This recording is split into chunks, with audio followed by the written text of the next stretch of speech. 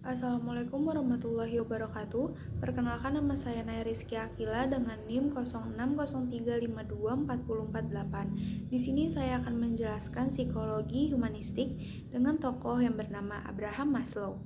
Abraham Maslow lahir pada tanggal 1 April 1908 dan meninggal tanggal 8 Juli 1970. Ia adalah teoretikus yang banyak memberi inspirasi dalam teori kepribadian. Ia juga seorang psikolog yang berasal dari Amerika dan menjadi seorang pelopor aliran psikologi humanistik. Ia terkenal dengan teorinya tentang hierarki kebutuhan manusia. Kontribusi Maslow pada psikologi. Yang pertama, teori hierarki kebutuhan. Maslow mengembangkan model piramida yang menggambarkan 5 tingkat kebutuhan manusia, yaitu pertama, kebutuhan fisiologis, yang mana berisi makanan, air, tempat tinggal, tidur, dan kebutuhan dasar untuk bertahan hidup. Yang kedua, kebutuhan keamanan, keamanan fisik, stabilitas, dan perlindungan dari bahaya. Yang ketiga adalah kebutuhan cinta dan rasa memiliki, yaitu hubungan sosial, kasih sayang, dan rasa diterima. Yang keempat, kebutuhan penghargaan, yang mana pencapaian, harga diri, dan pengakuan dari orang lain. Yang kelima adalah kebutuhan aktualisasi diri, yaitu realisasi potensi, kreativitas, dan pencapaian tujuan hidup. Teori ini menjelaskan bagaimana manusia memprioritaskan kebutuhannya dari yang paling mendasar hingga yang paling kompleks. Kontribusi lainnya adalah fokus pada psikologi humanistik. Maslow adalah salah satu tokoh utama psikologi humanistik yang menekankan potensi positif manusia, kebebasan memilih, dan pertumbuhan pribadi. Pendekatan ini menolak pandangan pesimistis dari teori psikoanalitik dan behaviorisme yang dianggap terlalu deterministik. Pengaruh pada berbagai bidang. Teori Maslow tidak hanya berpengaruh di psikologi, tetapi juga di bidang lain seperti pendidikan, manajemen, dan pemasaran. Dalam manajemen misalnya, teori hierarki kebutuhan digunakan untuk memahami motivasi karyawan. Maslow meyakini bahwa psikologi harus berfokus pada pengembangan potensi manusia, bukan hanya pada masalah atau patologinya. Kontribusinya menjadi dasar bagi banyak pendekatan modern dalam memahami manusia secara holistik. Karya utamanya yaitu A Theory of Human Motivation, 1943. Artikel ini adalah karya klasik Maslow yang memperkenalkan teori hierarki kebutuhan. Dalam artikel ini, ia menjelaskan 5 tingkat kebutuhan manusia dan bagaimana kebutuhan-kebutuhan tersebut memotivasi perilaku manusia. Ottarang adalah seorang psikoanalis Austria yang memiliki perjalanan hidup dan karir yang menarik dalam dunia psikoanalisis. Mari kita jelajahi latar belakang dan awal karirnya, termasuk hubungannya dengan Sigmund Freud. Ottarang lahir pada 22 April pada tahun 1884 di Wina, Austria-Hungaria, atau sekarang Austria. Dia tumbuh dalam keluarga Yahudi dan mengalami masa kecil yang cukup sulit. Rang memiliki minat dalam seni dan sastra sejak dini, yang kemudian memengaruhi pendekatan kreatifnya dalam psikoanalisis. Pada awalnya, Ottarang menjadi tertarik pada psikoanalisis setelah membaca salah satu karya Sigmund Freud yang saat itu menjadi tokoh utama dalam bidang tersebut. Rang kemudian menjadi salah satu murid awal Freud dan bergabung dengan kelompok psikoanalisis di Wina. Rang kemudian mulai berkontribusi secara signifikan dalam pengembangan psikoanalisis. Salah satu karyanya yang terkenal adalah The Trauma of Birth pada tahun 1925, di mana ia mengusulkan bahwa pengalaman kelahiran memiliki dampak besar pada perkembangan psikologis individu. Ini adalah pandangan yang kontroversial pada masanya dan memicu perdebatan dalam komunitas psikoanalisis. Meskipun Rang adalah murid dan rekan Freud yang produktif, hubungan mereka mulai memburuk. Salah satu faktor utama yang menyebabkan perpecahan adalah pandangan Rang tentang peran penting kelahiran dalam psikologi manusia, yang bertentangan dengan teori Freud tentang libido dan kompleks Oedipus. Akibatnya, pada tahun 1926, Rang keluar dari kelompok psikoanalisis Freud dan meninggalkan Wina. Teori dan pendekatan inovatif Rang dalam psikoanalisis. Yang pertama, teori trauma kelahiran. Salah satu kontribusi paling kontroversial dari Ottarang adalah teorinya tentang trauma kelahiran. Ia berpendapat bahwa pengalaman kelahiran sangat berpengaruh pada perkembangan psikologis individu. Rang percaya bahwa saat individu lahir, mereka mengalami perasaan ketakutan, terpisah dari lingkungan amniotik yang nyaman, dan pengalaman ini dapat menjadi sumber konflik yang neurosis di kemudian hari. Teori ini menjadi salah satu aspek yang paling kontroversial dalam psikoanalisis, dan memicu perdebatan dalam komunitas psikoanalisis. Yang kedua, ada pendekatan terapeutik kreatif. Otara mengembangkan pendekatan terapeutik yang menekankan kreativitas dan kehendak individu dalam proses terapi.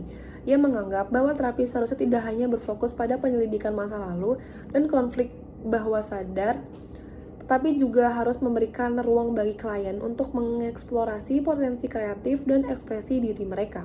Rang mendukung gagasan bahwa proses terapi harus mendorong klien untuk menemukan kehendak dan tujuan mereka sendiri dalam hidup. Yang ketiga, ada kepentingan pada karya seni dan mitos. Selain karyanya dalam psikoanalisis, Otara juga tertarik pada seni dan mitos. Ia menganggap seni sebagai ekspresi kreatif yang penting dalam pengembangan individu dan pengertian diri. Pemikirannya mengenai seni memengaruhi pandangan modern terhadap kreativitas dan ekspresi diri dalam konteks psikoterapi. Dan yang terakhir, ada pengaruh terhadap psikologi kontemporer. Meskipun teorinya tentang trauma kelahiran tidak selalu diterima secara luas dalam komunitas psikoanalisis pada masanya, kontribusi Otara terhadap pemikiran psikologi kontemporer sangat signifikan. Pendekatannya yang menekankan kreativitas dan kehendak individu telah memengaruhi perkembangan psikoterapi humanistik dan eksistensial. Konsep-konsepnya tentang pengalaman kelahiran juga telah memberikan sumbangan penting dalam pemahaman psikologi perkembangan individu. Dengan pendekatannya yang inovatif dan pemikirannya yang mendalam tentang aspek-aspek kreatif dalam pengembangan individu, Otara adalah salah satu tokoh yang memengaruhi arah perkembangan psikologi kontemporer dan terapi psikologis. Meskipun teorinya terus menjadi sumber perdebatan, pengaruhnya tetap terasa dalam bidang psikologi dan terapi hingga saat ini. Carl R. Rogers, nama lengkap Carl Hanstorm Rogers. Tanggal lahir 8 Januari 1902. Tempat lahir Oak Park, Illinois, Amerika Serikat. Tanggal wafat 4 Februari 1987. Berusia 85 tahun. Pendidikan Universitas Wisconsin, Bachelor of Arts. Terus juga dia psikologi, terapeut, pendiri psikologi humanistik, menikah dengan Helen Elliot, memiliki 2 anak. Awal karir, Rogers mulai bekerja di psikologi klinis setelah mendapatkan gelar PhD dan bekerja di berbagai lembaga psikologi termasuk di Rumah Sakit Universitas Rochester. Pengaruh pada terapi menciptakan pendidikan terapi yang berfokus pada klien. Ia sangat berbeda dengan terapi yang bersifat otoriter pada masa itu. Psikologi humanistik, Rogers menjadi salah satu tokoh utama dalam aliran psikologi humanistik yang menekankan pentingnya pengalaman subjektif individu dan potensi diri. Berikut adalah karya-karya beliau. Counseling and Psychotherapy. Buku ini memperkenalkan konsep client-centered therapy dan membahas pendekatan baru dalam terapi psikologis. On Becoming a Person, salah satu karya paling terkenal yang membahas bagaimana seseorang dapat tumbuh dan berkembang menjadi diri mereka yang sejati. Way of Being. Buku ini mengulas lebih dalam tentang filosofi hidup dan pendekatan terhadap hubungan manusia serta pengembangan diri. Freedom to Learn menggabungkan pandangan Rogers tentang pembelajaran dengan prinsip-prinsip terapi serta bagaimana pendidikan harus berfokus pada pengalaman dan kebebasan individu. Assalamualaikum warahmatullahi wabarakatuh. Saya Najwa Isa Umaira dan di sini saya mau membahas tentang Gordon Allport. Gordon Allport merupakan seorang psikologi. Ia meraih gelar doktor psikolog dari Harvard pada tahun 1922.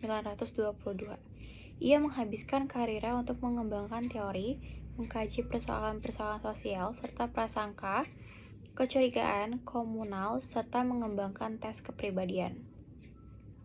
Gordon Allport kelahiran 11 November 1897 di Montezuma, Indiana. Ia meninggal atau tepatnya wafat pada tanggal 9 Oktober 1967 di Cambridge, Amerika. Menurut Allport, salah satu yang paling memotivasi manusia adalah kecenderungan untuk memenuhi kebutuhan-kebutuhan biologisnya. Kecenderungan ini disebut Allport dengan pemfungsian oportunistik. Pemfungsian oportunistik bersifat reaktif. berorientasi masa lalu dan biologis. Sekalipun demikian, Alport menganggap pemfungsian oportunistik ini tidak terlalu penting dalam memahami perilaku manusia. Justru kebanyakan perilaku manusia dimotivasi oleh sesuatu yang lain, sesuatu yang berfungsi dalam rangka ekspresi diri, yang Alport sebut sebagai pemfungsian appropriate. Maksudnya adalah apapun yang dilakukan seseorang dalam hidup, biasanya adalah demi menunjukkan siapa dirinya. Pemfungsian diri ini bersifat proaktif, berorientasi masa depan, dan psikologis. Kata appropriate berasal dari kata proprium, yang berarti konsep diri. Maksud dari Alport dengan memberi tekanan lebih kepada proprium ialah untuk mendefinisikan konsep diri sehati-hati mungkin. Dalam melihat konsep diri tersebut, Alport memakai dua pendekatan yakni fenomenologi dan fungsional. Secara fenomenologis, artinya diri sebagaimana yang dialami sehari-hari, yakni yang terdiri dari berbagai aspek yang esensial atau lawan dari aspek yang insidental dan aksidental, hangat, atau lawan dari diri yang dingin dan kabur, dan sentral atau lawan dari diri sampingan. Sementara itu, definisi fungsional mencakup hal-hal yang muncul dalam perkembangan seseorang dalam usia-usia tertentu, yakni indra jasmani berkembang di usia 0-2 tahun, identitas diri berkembang di usia 0-2 tahun, harga diri berkembang di usia 2-4 tahun, perluasan diri berkembang di usia 4-6 tahun, citra diri berkembang di usia 4-6 tahun, peniruan rasional berkembang di usia 6-12 tahun, dan dorongan untuk mengejawantankan diri atau muncul ketika seseorang berusia di atas 12 tahun. Karya utama Personality or Psychology Interpretation 1937. Buku ini adalah karya utama Alport di mana ia mengemukakan teori kepribadian sebagai suatu sistem yang unik dan kompleks yang tidak dapat sepenuhnya dipahami hanya dengan mempelajari perilaku atau faktor-faktor sosial saja. Alport menekankan pentingnya motivasi internal dan pengaruh pengalaman individu dalam membentuk kepribadian. Assalamualaikum warahmatullahi wabarakatuh. Perkenalkan, saya Naila Lutfia dari Prodi Psikologi kelas PI 24B. Kali ini saya akan mempresentasikan salah satu tokoh psikologi humanistik, yaitu Arthur Redcombs. Arthur Redcombs adalah seorang psikolog humanistik yang dikenal atas kontribusinya dalam psikologi pendidikan dan reformasi pendidikan. Combs lahir pada 3 Juni 1912 di Newark, New Jersey, USA, lalu meninggal pada tahun 1999 di Greeley, Colorado, US. Combs memiliki hubungan profesional penting dengan beberapa tokoh besar psikologi seperti Carl Rogers dan Abraham Maslow. Combs memulai karir sebagai guru sains biologi dan psikologi sekolah yang kemudian beralih fokus pada pendidikan tinggi dan penelitian psikologi. Combs meraih gelar master di bidang bimbingan sekolah dari Ohio State University pada tahun 1941. Setelah itu melanjutkan ke program doktoral dalam bidang psikologi klinis di universitas yang sama di bawah bimbingan Carl Rogers. Dan pada tahun 1945, Combs menyelesaikan gelar PhD. Kontribusi Combs dalam bidang psikologi. Yang pertama yaitu pengembangan perseptual atau field theory. Combs mengembangkan teori tersebut bersama Donald Snick pada tahun 1940-an. Teori ini fokus pada pandangan bahwa pengalaman subjektif seseorang, bagaimana seseorang memandang dirinya sendiri dan dunianya mempengaruhi perilakunya. Yang kedua yaitu pendidikan humanistik. Combs mengadvokasi pendekatan pendidikan yang memperhatikan perkembangan pribadi siswa, bukan hanya prestasi akademis. Dalam buku A Perceptual View of Teacher Preparation, Combs mengedepankan pentingnya empati, hubungan positif, dan pemahaman dalam profesi pendidikan. Ia menekankan bahwa guru yang efektif adalah mereka yang mampu membangun hubungan yang mendukung dengan siswa, membantu mereka mengembangkan potensi dan rasa percaya diri. Yang ketiga yaitu bidang terapi dan bimbingan. Combs berfokus pada konsep helping relationship, di mana konselor atau terapis dituntut untuk memahami perspektif dan pengalaman klien sebagai landasan membangun hubungan yang suportif dan efektif. Karya-karya Combs yang pertama yaitu A Perceptual View of Teacher Preparation. Combs mengembangkan pendekatan pendidikan yang berfokus pada pemahaman individu, menekankan pentingnya hubungan positif antara guru dan siswa, serta bagaimana pandangan subjektif guru dapat mempengaruhi keberhasilan mereka dalam mengajar. Yang kedua yaitu Perceiving, Behaving, Becoming, A New Focus for Education. Buku ini adalah karya yang mengeksplorasi pendekatan baru dalam pendidikan yang berfokus pada pengalaman subjektif individu, baik dari sisi siswa maupun pengajar. Buku ini menekankan pentingnya persepsi sebagai faktor utama dalam proses belajar, dan bahwa cara siswa dan guru memandang diri mereka sendiri dan dunia mereka dapat mempengaruhi hasil pendidikan secara signifikan.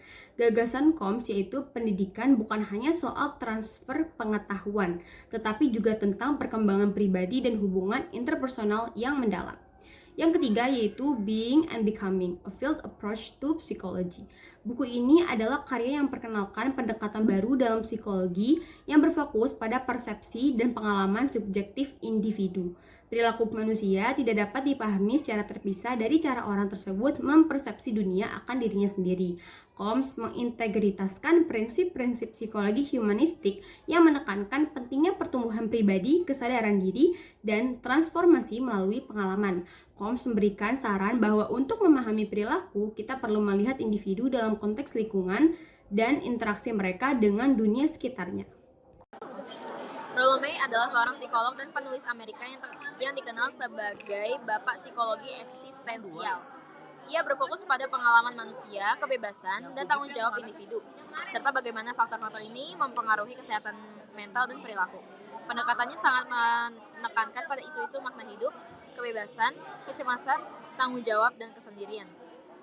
Teori dan pandangannya diantaranya ada tentang kecemasan. Dia membagi kecemasan menjadi dua, yaitu normal anxiety, yaitu kecemasan yang sehat dan proporsional muncul ketika seseorang menghadapi perubahan atau tantangan yang mengancam keseimbangan hidup mereka, dan kecemasan ini dapat memotivasi pertumbuhan dan perubahan. Sedangkan neurotic anxiety yaitu kecemasan yang berlebihan dan tidak proporsional, seringkali muncul dari penolakan terhadap kebebasan pribadi atau kegagalan untuk menghadapi realitas. Kecemasan ini bisa menyebabkan gangguan emosional. Pandangan berikutnya tentang makna hidup. May percaya bahwa manusia perlu menemukan makna pribadi dalam hidup mereka sendiri. Terlepas dari pengaruh eksternal, makna tidak dapat ditemukan di luar diri, tetapi harus diciptakan oleh setiap individu. Otentisitas. Dia menekankan pentingnya menjadi otentik dan menghadapi kenyataan hidup, termasuk ketakutan dan kecemasan, daripada bersembunyi di balik konformitas sosial atau peran yang tidak jujur. Yang berikutnya, kebebasan dan tanggung jawab. Psikoterapi menurut May adalah proses membantu klien menerima kebebasan mereka dan mengembangkan keberanian untuk menghadapi tanggung jawab yang datang bersamanya. Berikutnya, keterasingan modern. May melihat dunia modern sebagai tempat yang penuh dengan keterasingan, di mana individu seringkali kehilangan rasa tujuan dan makna dalam hidup mereka. Ini menurutnya menyebabkan meningkatnya rasa kecemasan dan kekosongan eksistensial. Karya utamanya diantaranya ada Love and Will. Dalam buku ini May mengeksplorasi hubungan antara cinta dan kehendak, serta bagaimana keduanya berkontribusi pada pengalaman manusia yang lebih dalam. Yang kedua, The Meaning of Anxiety. Buku ini membahas tentang kecemasan sebagai bagian dari pengalaman manusia dan bagaimana pemahaman tentang kecemasan dapat membantu individu menghadapi tantangan hidup. Yang terakhir, Man's Search for Himself. Buku ini adalah salah satu karya awal May yang membahas pencarian diri di dunia modern yang penuh dengan keterasingan dan kekosongan. Dia menekankan pentingnya otentisitas dan bagaimana individu bisa kehilangan jati diri dalam masyarakat yang menuntut konformitas. Sekian presentasi dari kelompok 2. Terima kasih. Wassalamualaikum warahmatullahi wabarakatuh.